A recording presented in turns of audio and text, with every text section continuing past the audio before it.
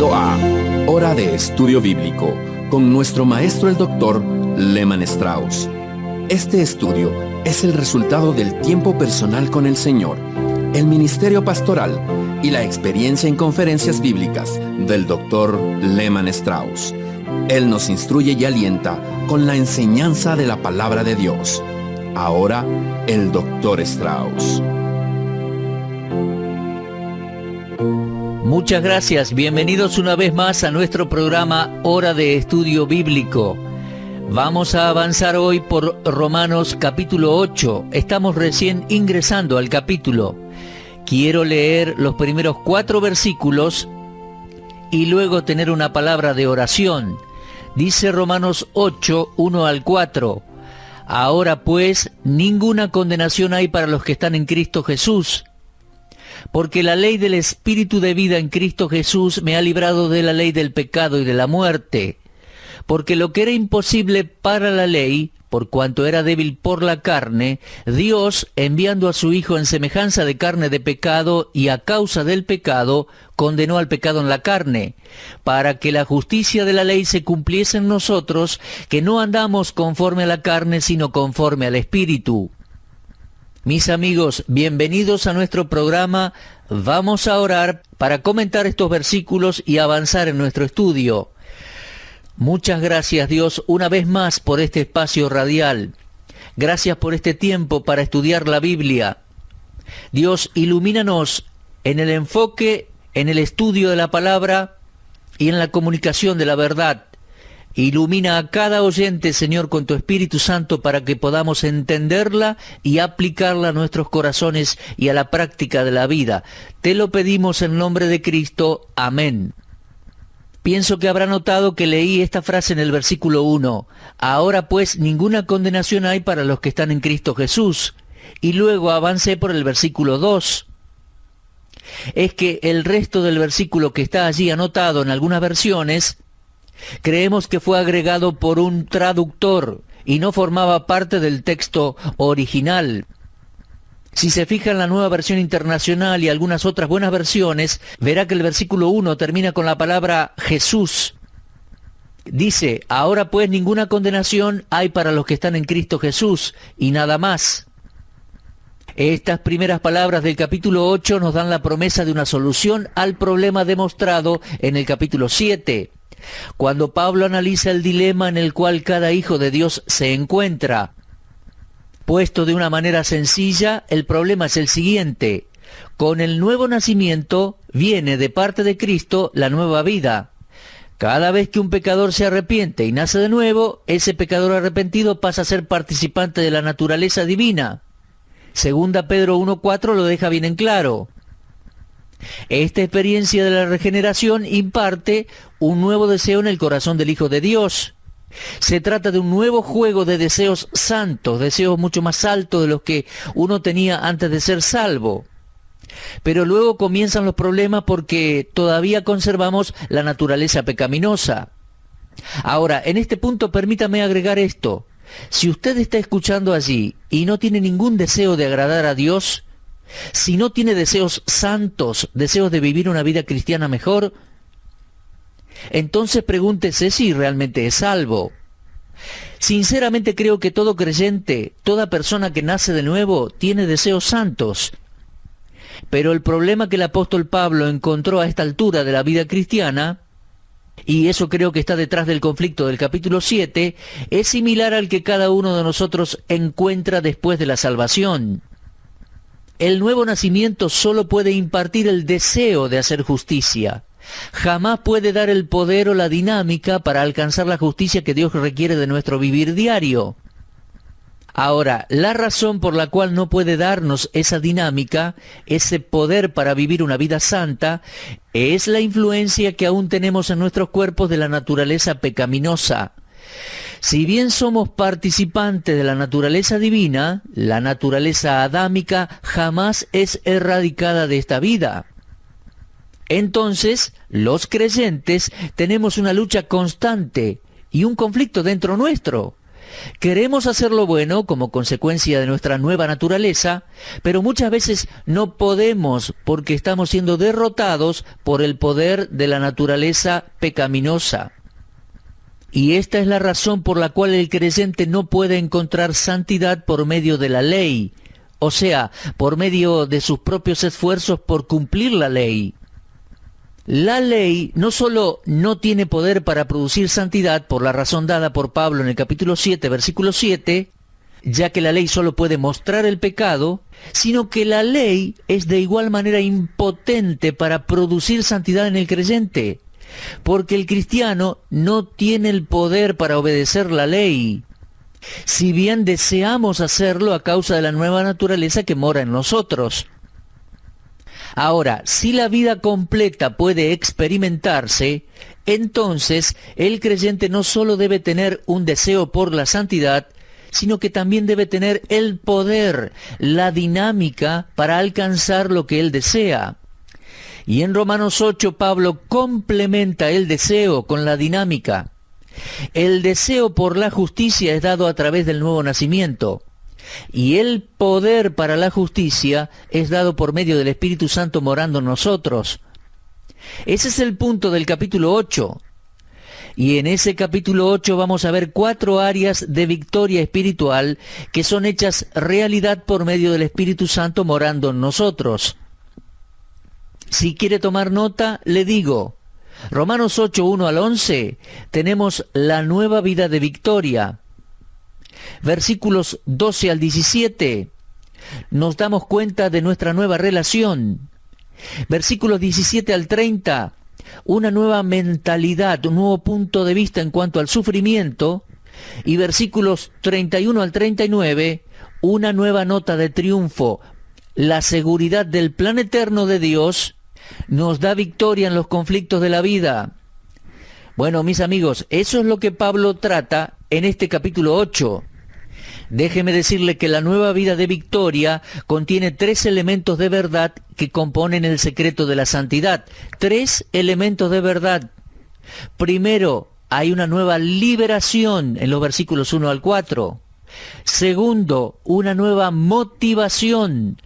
Versículo 5 hasta la primera frase del versículo 9.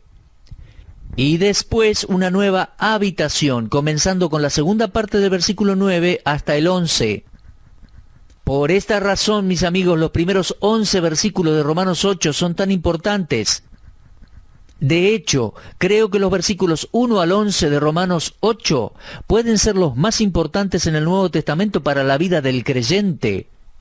Y si no comprendemos, apreciamos y apropiamos lo que Pablo está diciendo en Romanos 8, 1 al 11, nuestra vida como creyentes va a permanecer en el conflicto que se describe en el capítulo 7. Ahora bien, en los versículos 1 al 4, el Espíritu Santo describe la doble naturaleza de esta nueva liberación. En primer lugar, todos somos libres de la ley del pecado y de la muerte. Y en segundo lugar, somos libres del principio dominante del pecado que reside en la naturaleza pecaminosa que nos lleva a la muerte. Y creo, a mi juicio, que la palabra clave aquí es la palabra condenación. Saben, nunca me había dado cuenta que el sustantivo traducido condenación aparece tan solo 3 veces en todo el Nuevo Testamento. Puede que aparezca alguna otra vez, yo no lo he visto, pero hasta donde sé, solo hay 3 lugares donde ocurre esta palabra condenación. Uno es Romanos 5:16. Con el don no sucede como en el caso de aquel uno que pecó, porque ciertamente el juicio vino a causa de un solo pecado para condenación. Esa es la primera vez que yo lo encontré. Luego en versículo 18 dice, así que como por la transgresión de uno vino la condenación a todos los hombres, de la misma manera por la justicia de uno vino a todos los hombres la justificación de vida. Romanos 5:18. Y luego aparece aquí en Romanos 8 como recién leíamos. Ahora, tengo una observación interesante. En cada pasaje donde aparece la palabra condenación, va a encontrar la palabra justificación, que desde luego es todo lo contrario a la condenación. Eso lo va a ver en el versículo 16. Fíjese ahí la palabra condenación y también aparece justificación. También en versículo 18, la palabra condenación seguida por la palabra justificación. En ambos versículos van juntas. Ahora, antes de citar Romanos 8.1, permítame enfocar su atención al hecho de que en cada caso, la alternativa a la condenación es la justificación. Y la palabra es traducida justificación porque precisamente es lo opuesto a la condenación. Pero lo que esto implica lo voy a dejar de lado por el momento. Solo quería decir, por el momento, que se trata de un punto muy importante. Creo que muchos se habrán percatado de la apertura y de la conclusión de temas en Romanos 8. Romanos 8 comienza diciendo que no hay condenación y termina diciendo que no habrá separación. Y creo que ambas expresiones están afirmando lo mismo, sin condenación, sin separación. El capítulo comienza con una declaración en cuanto a la inmunidad que el creyente tiene a la condenación, y el capítulo cierra con el mismo hecho, el regalo del Hijo de Dios. 8.1 dice, ninguna condenación hay para los que están en Cristo Jesús.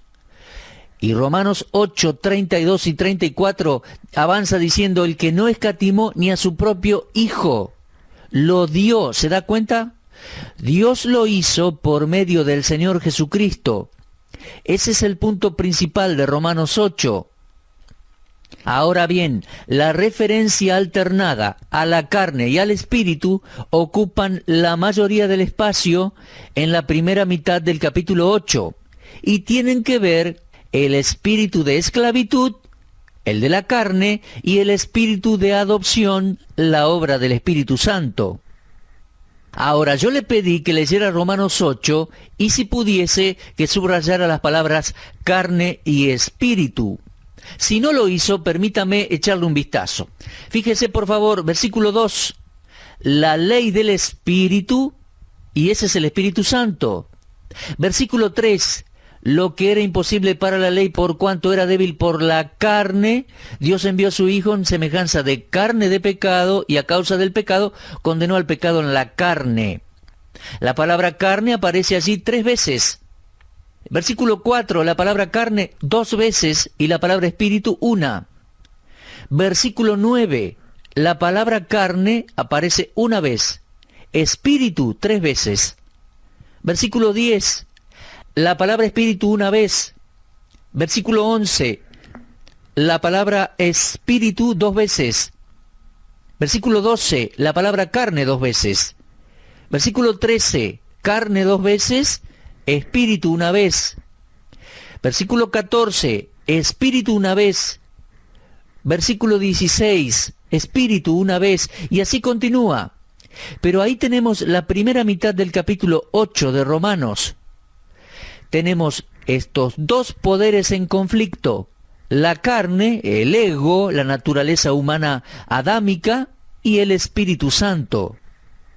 Ahora, ese conflicto se describía en Romanos 7, pero aquí en el capítulo 8 no estamos tratando con un conflicto, sino con la conquista. ¿Y qué capítulo glorioso es este capítulo 8? Ahora pues, ninguna condenación hay para los que están en Cristo Jesús. Mis amigos, fuimos salvos en esperanza. Según Romanos 8:24, estamos esperando la adopción, según Romanos 8:23. Gemimos dentro de nosotros mismos, junto con la creación, según Romanos 8:23. Pero no tenemos que esperar al día de la gloria para asegurarnos que la condenación pasó para siempre. Mi amigo, ninguna condenación hay para los que están en Cristo Jesús. Hay varias cosas por las cuales debemos esperar. Tengo que esperar un cuerpo nuevo. Tengo que esperar el traspaso de la tierra al cielo. Tengo que esperar la venida del Señor. Hay mucho que tengo que esperar, pero mi amigo, no tengo que esperar para ser librado de la condenación. Dice, ahora ninguna condenación hay. Ahora. Romanos 3:21 dice, ahora aparte de la ley, se manifestó la justicia de Dios. Romanos 5:9 dice, estando ya, ahora, justificados en su sangre. Romanos 5:12 dice, por quien hemos recibido ahora la reconciliación. Romanos 6:22 dice, ahora que habéis sido libertados del pecado. Gálatas 2:20 dice, lo que ahora vivo en la carne, lo vivo en la fe del Hijo de Dios. Mis amigos, estamos libres de toda condenación. Ahora, en este mismo momento, sin la seguridad de una posición presente de aceptación ante Dios, la santificación, el crecimiento en la gracia, el servicio cristiano y una vida santa serían absolutamente imposibles. Estaríamos en la carne y por ende sin agradar a Dios. El pasaje en Romanos 6:22 que acabo de citar nos da la verdadera secuencia. No estamos en la carne, estamos en Cristo Jesús. Pero, mis amigos, no somos libres de la condenación por haber sido santificados. Somos libres de la condenación por la obra concluida de Cristo en la cruz en nuestro favor. Cuando aún éramos pecadores, para que pudiésemos ser santificados. Hemos sido librados, mis amigos. Somos libres. ¡Qué hermoso testimonio! ¡Qué buen argumento este de Romanos 8, 1 al 4! El versículo 2 comienza con la expresión o la palabra porque. ¿Se dio cuenta?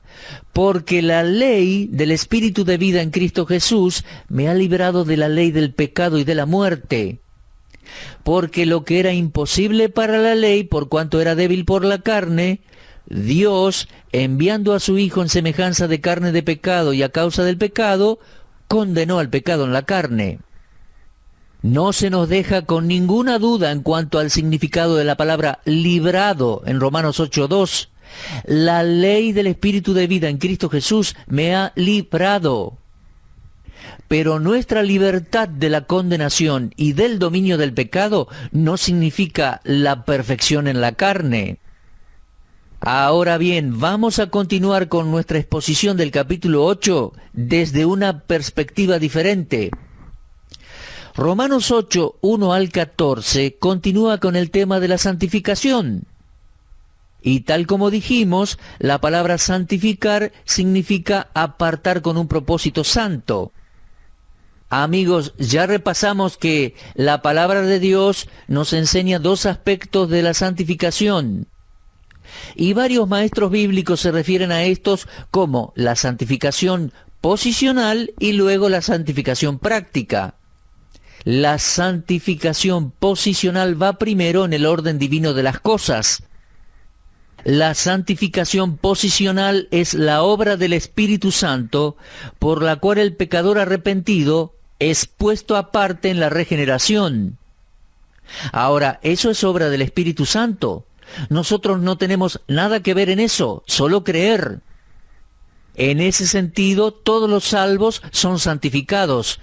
Una obra que se alcanza en su totalidad por medio de la redención de Cristo en el Calvario y el poder de Dios, el Espíritu Santo.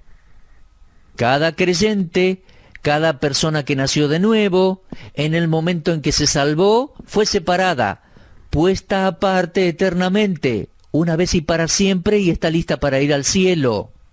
La santificación posicional, entonces, es el resultado de la obra de Cristo a favor nuestro. Pero vamos a tratar ahora con la santificación práctica, y esta no está relacionada con la obra de Cristo por nosotros. Es el resultado del Espíritu Santo obrando en nosotros. La santificación posicional la recibimos por la fe, aparte de cualquier esfuerzo humano. Pero cuando hablamos de santificación práctica, se nos llama a cooperar con el Espíritu Santo. Nos santificamos hasta cierto punto. Ahora, no estoy diciendo que logramos todo esto con nuestras propias fuerzas, pero sí tenemos un rol activo. Nos apartamos para el propósito por el cual Dios nos apartó.